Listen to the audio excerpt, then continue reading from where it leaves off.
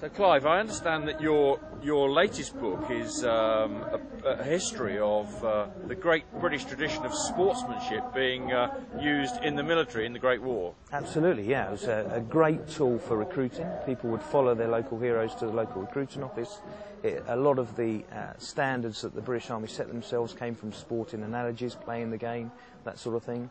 And the Great War is very much to us about ordinary people in extraordinary times, but the greater game is about extraordinary people in extraordinary times. Okay, and what sort of sportsmen have you discovered in your researches? Well, we started obviously with football, being a football supporter, though following Charlton Athletic that's questionable, and we chose a number of sports stars from across the globe. We're very keen to include Australian rules footballers that served at the Gallipoli Peninsula, ice hockey players that for the Canadians commemorated at Vimy Ridge, and we learnt as much about sport and these men as we hope to pass on to people reading the books. And of course it's the great tradition of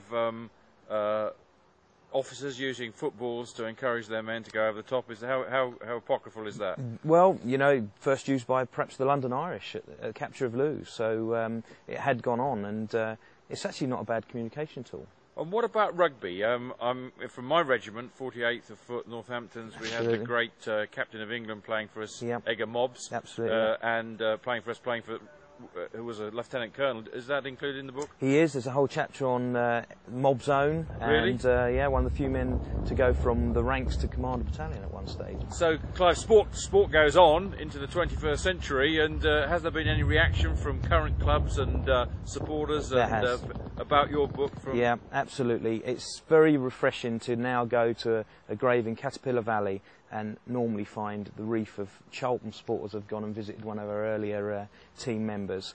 We've had very good support from Lord's Cricket Ground, from Wimbledon, and I think a lot of people can relate to sport as they can relate to war, and the coming together of both those factors makes it. So the link is there still with these guys, teams of today and their sports of today? Very much so. In fact, modern supporters probably relate more to the generation of the Great War than they can the current crop of players. Fantastic, Clive. Well, thank you very much. We wish you every success with the book. Thank